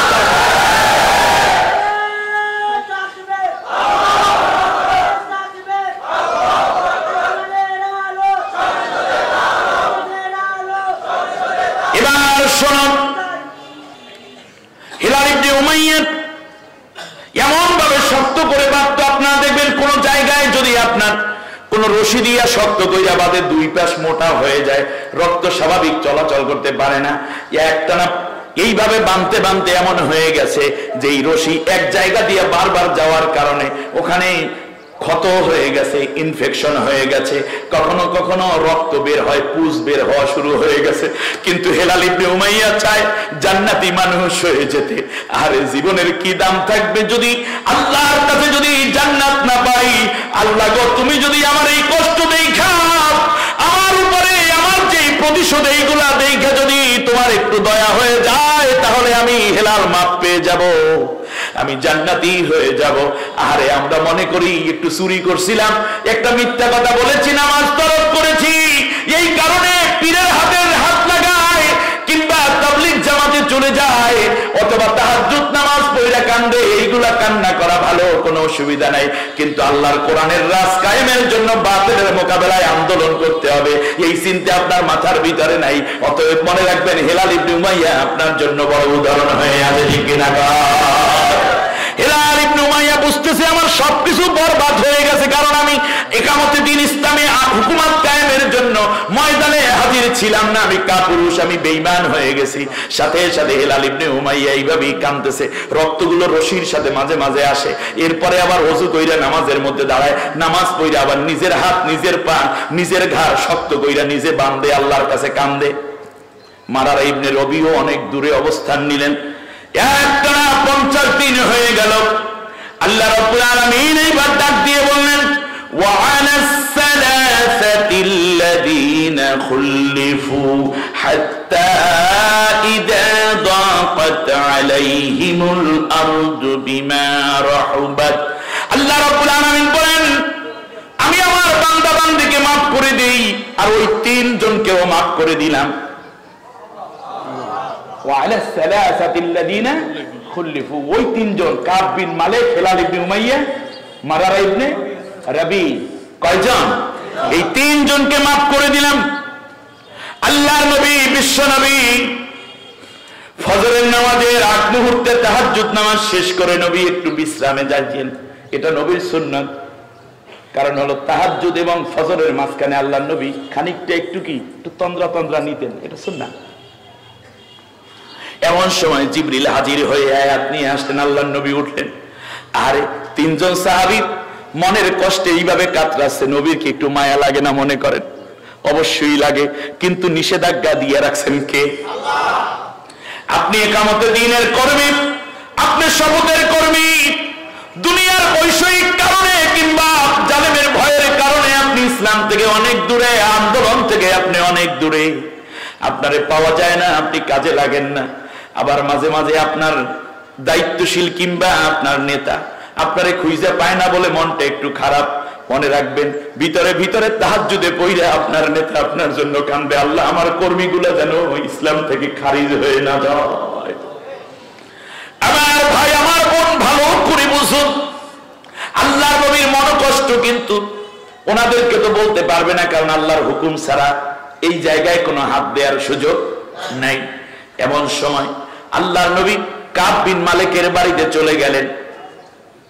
কাব বিন মালিকের বাড়িতে যাইয়া আল্লাহর নবী ডাক দেন, ও কাব, ও কাব, আল্লাহ রাব্বুল আলামিন তোমাকে সুসংবাদ দিয়েছেন।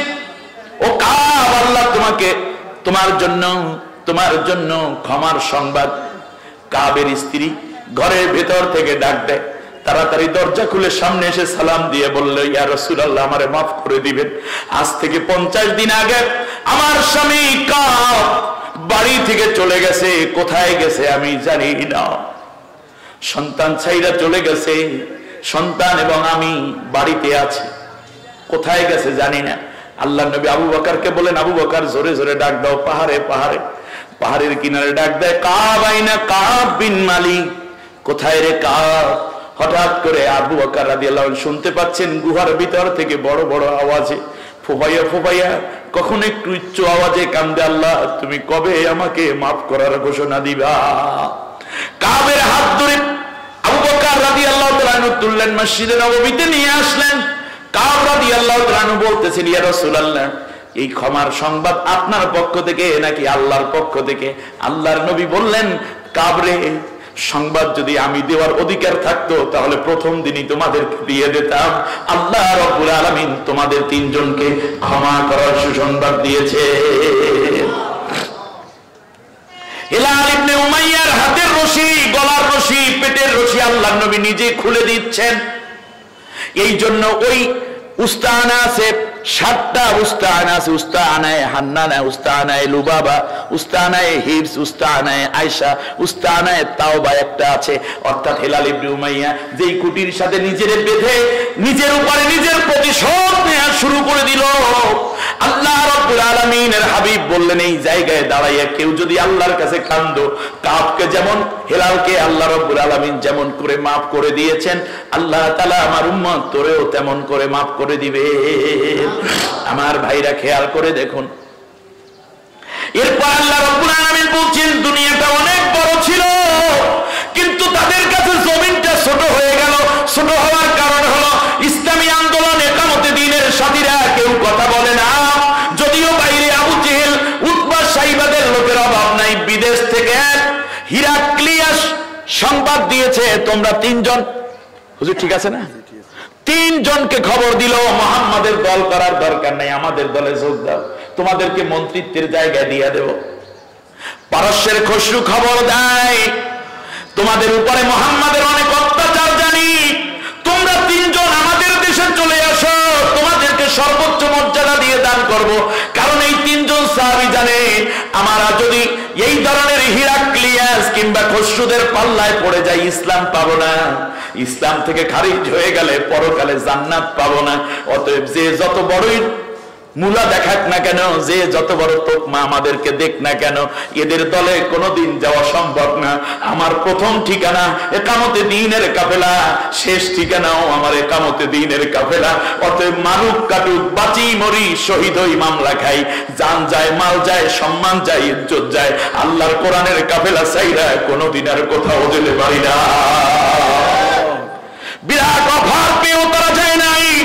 আর আজকে আপনি আল্লাহর কোরআনের সাথে একটুখানি অফার পাইলে, একটু ভয় পাইলে, কোরআন ছুঁয়া অন্যদিকে মানব রচিত তাগতি মতবাদের পিছনে দৌড়ান। আপনার মতো মুনাফিক দিয়ে জান্নাতের কোনোদিন দরজা খুলবে না, তার জান্নাতে আপনার কোনোদিন জায়গা হবে না। তার কারণ ঈমান একটা পরীক্ষার নাম। ঈমান একটা পরীক্ষা দিয়েই এটাকে বাঁচাইয়া রাখতে হয়, পরীক্ষা দিয়ে এটার মান উন্নয়ন হতে হয়, ঠিক কিনা বলে? এই জন্য আল্লাহ রাব্বুল আলামিন বলেন, আহাসিবান নাসু আন ইউতরাকু আইয়াকুলু আমান্না ওয়া হুম লা ইফতানুন। তারা কি মনে করেছে আমি ঈমান এনেছি এই কথা বললে ছেড়ে দেব, আমি আল্লাহ কি পরীক্ষা করব না? আম হাসিবতুম আন তাদখুলুল জান্নাতা ওয়া লাম্মা ইয়াতিকুম বা'সা ওয়া দাররা ওয়া যুলজিলু হাত্তা ইয়াকুলার রাসূলু ওয়াল্লাযীনা আমানু মা'আহু মাতা নাসরুল্লাহ আলা ইন্না নাসরাল্লাহি করিব। আল্লাহ রাব্বুল আলামিন বলেন, তোমরা কি মনে করেছ এমনিতেই জান্নাতে প্রবেশ করবে? তোমাদের পূর্বে বহু নবী এসেছে, নবীদের সাথীরাও ছিল, নির্যাতন অত্যাচার সহ্য করতে না পেরে এক পর্যায়ে তারা আওয়াজ দিয়ে বলেছিল, নবীও বলেছিল, মাতা নাসরুল্লাহ, তাহলে সাহায্য কখন আসবে? আমরা তো শেষ হয়ে গেলাম, একের পর এক সব শেষ হয়ে গেল, সাহায্য কখন আসবে? আমার আল্লাহ ডাক দিয়া বলেন, আলা ইন্না নাসরুল্লাহি করিব, আমার সাহায্য তোদের খুব কাছেই হাজির। অনুরিদু আন নামুন্না আলাল্লাযীনা ইসতুদঈফু ফিল আরদি ওয়া নাজআলাহুম আইম্মাতাও ওয়া নাজআলাহুমুল ওয়ারিসিন ওয়া নুরিয়া ফিরআউনা ওয়া হামানা ওয়া নুমাক্কিনা লাহুম ফিল আরদি ওয়া নুরিয়া ফিরআউনা ওয়া হামানা ওয়া জুনুদাহুমা মিনহুম মা কানু ইয়াহযারুন। যেই দলটাকে বাতিল শক্তি শেষ করে দিতে চাইলো, আমি আল্লাহ রাব্বুল আলামিন সিদ্ধান্ত নিলাম তাদের উপরে আমার দয়া ঢেলে দেব। আমি তাদেরকে রাষ্ট্রের নেতা বানাইয়া দেব, তাদেরকে শক্তিশালী করার সিদ্ধান্ত নিলাম। আর আমি আল্লাহ রাব্বুল আলামিন তাদেরকে রাষ্ট্র ক্ষমতার উত্তরাধিকার বানাইয়া দেব। ওয়াদা কার? জোরে বলেন। সেই ওয়াদা আজও আছে না? নেই? আছে। আমার আল্লাহ রাব্বুল আলামিন বললেন, জমিন অনেক বড় থাকার পরেও তাদের কাছে ছোট হয়ে গেল, কারণ দিনের সাথীরা সম্পর্ক রাখলো না, কেউ কথা বলে না। আল্লাহ রাব্বুল আলামিনের পর একটা অর্ডার করলেন, ইয়া আইয়ুহাল্লাযীনা আমানুত্তাকুল্লাহ ওয়া কুনু মা'আস সাদিকিন। 119 নম্বর আয়াত সূরা তাওবা। আল্লাহ রাব্বুল আলামিন বলেন, ও নবীর সাহাবী কয়জন ওখানে ছিল? 3 জন।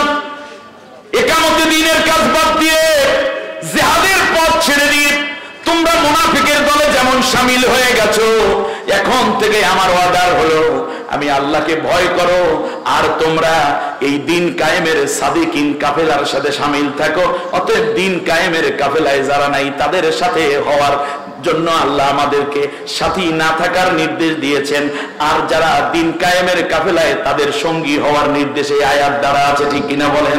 কিন্তু ভুল ব্যাখ্যা করা হয়েছে। আমাদের দেশের পীর মাশায়েখরা যখন ওয়াজ করেন তখন এই আয়াতখানা ব্যবহার করেন আর বলেন, কুনু মা'আস সাদিকিন, নেককারদের সাথী হও মানে পীরের মুরিদ হইয়া যাও। বিশ্বাস করুন, যেই পীর একামতে দ্বীনের কাজ করে না, এখানে তো দিন কায়েমের পথে যারা নাই, তাদের সাথী হওয়ার কারণে 50 দিন পর্যন্ত এত বেশি করার আল্লাহ রাব্বুল আলামিন করে রাখলেন, এত বেশি কঠোরতা আল্লাহ নির্দেশ করে রাখলেন। ওই দিন কায়েমের পথে যারা নাই তাদের সাথী হইও না, আর যারা কাফেলার দিন কায়েমের পথে যারা নাই সেই বুজুর্গদের পথে পথে তুমি ঘুরতে থাকবা। আল্লাহ কিন্তু তাদের সাথী হতে বলেন নাই, বরং যারা দিন কায়েমের আন্দোলনে তাদের সাথী হতে এখানে নির্দেশ দিচ্ছেন, ঠিক কিনা? বন্ধুগণ, যেই জায়গাটিতে আমি আসছি, ইয়া আল্লাহ তাআলা বলছেন, আল মুমিনুনা ওয়াল মুমিনাতু বা'দুহুম আউলিয়াউ বা'দ। আরে বদরের যুদ্ধ সরি, ওরে আল্লাহ, কি এক অবস্থা! অতএব মনে রাখতে হবে ইসলামের ক্ষেত্রে নারীদেরও অবদান কোনো অংশে কম নয়। এজন্য নারী পুরুষ, নারীর ইউনিট হবে, পুরুষের ইউনিট হবে, নারীদের নেতৃত্ব হবে, পুরুষদের নেতৃত্ব থাকবে, কিন্তু সবাই মিলে আবার আরেকটা নেতৃত্বের আন্ডারে কাজ করে ইসলামের চূড়ান্ত বিজয়কে ছিনিয়ে আনতে হবে। ঠিক কি না?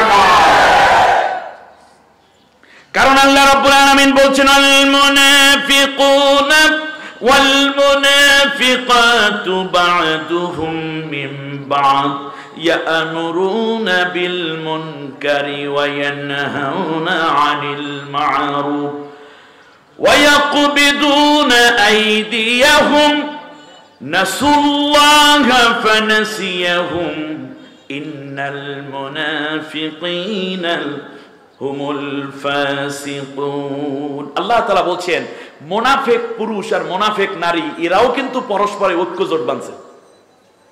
কথা বোঝেন কিনা? রাস্তার মধ্যে দাঁড়াইয়া ৩-৪টা লোক নিয়ে ব্যানার একটা ধইরা, সেদিন দেখি ফেসবুকে এক মহিলা বলতেছে যে হুজুর গো হাত নাকি সারা ভাঙ্গে দেবে। আহা, যাই হোক, এ ব্যাপারে অন্যান্য উলামায়ে ইকরাম থাকবেন, তারা হয়তো বলবেন। ডক্টর আবুল কালাম আজাদ বাশার ভাই, ডক্টর ফাইজুল হক সিলেট থেকে আসবেন, মাওলানা আব্দুল্লাহ আলামিন সাহেব থাকবেন, মাওলানা রাফিকুল্লাহ আফসারি, আমার কলিজার টুকরা ভাইয়েরা এখানে আসবেন। এক একজনে এক এক কথা বলবেন। আল্লাহ সকলকে হক কথা কোরআন এবং সুন্নাহর আলোকে বলার তৌফিক দিন। বলেন আমিন।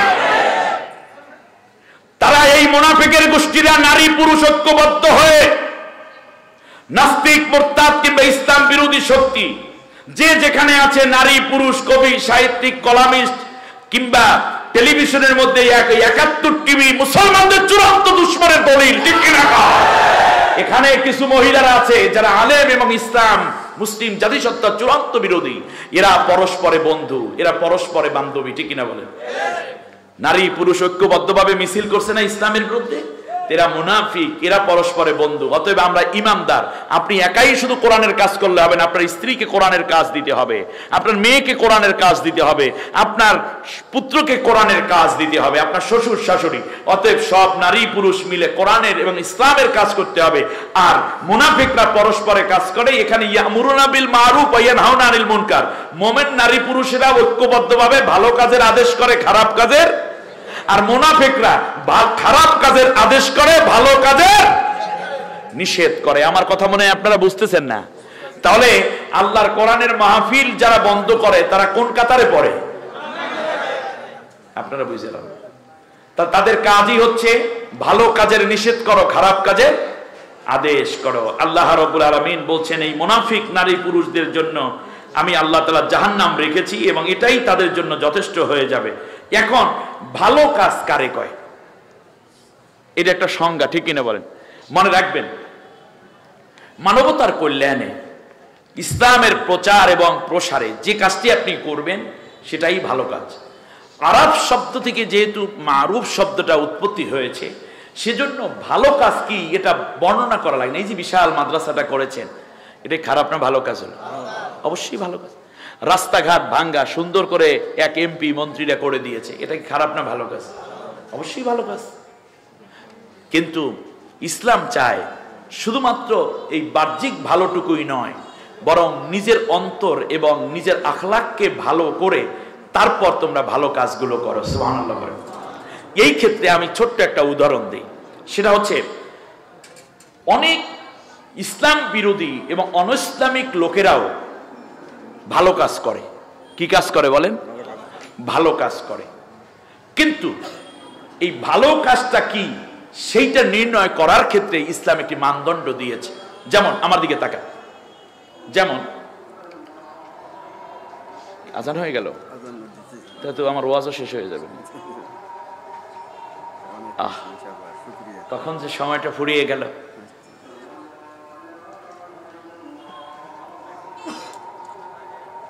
বসেন।